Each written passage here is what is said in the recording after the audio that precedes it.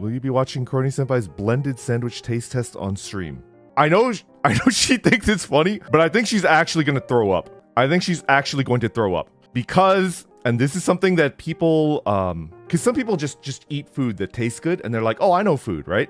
Texture is a huge part of eating. Texture is a huge part of taste. Texture is like, I would argue like 1/3 or maybe even more. Texture is super important. It's not just about like the actual like flavors that are hitting your tongue. The texture is super important, which is why when people say that they hate tomatoes, I love tomatoes, right? But tomato has a texture. It has like a texture that I can only describe as tomato-like. And if you don't like that texture, you every time it's in your mouth, you want to vomit. And I completely understand that. And you're not wrong. You're not wrong for hating that because texture is minimum 1/3 of flavor. Right? So Crony Senpai is going to blend a sandwich, and not even like a good sandwich. She's gonna blend a Subway sandwich, which, by the way, I could talk for hours on that. I had a buddy that in early college, he got a job at Subway, and every time I smelled him, he smelled like a Subway worker, and it doesn't smell like food. Let me tell you something. When you're like working in a Subway restaurant for 8 hours and then you leave, you have something that I could only describe as Subway smell,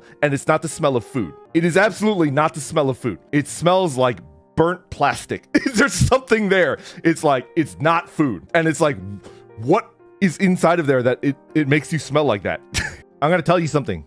I haven't had a fear of death for a very long time. When death arrives to take me, I will welcome her like an old friend.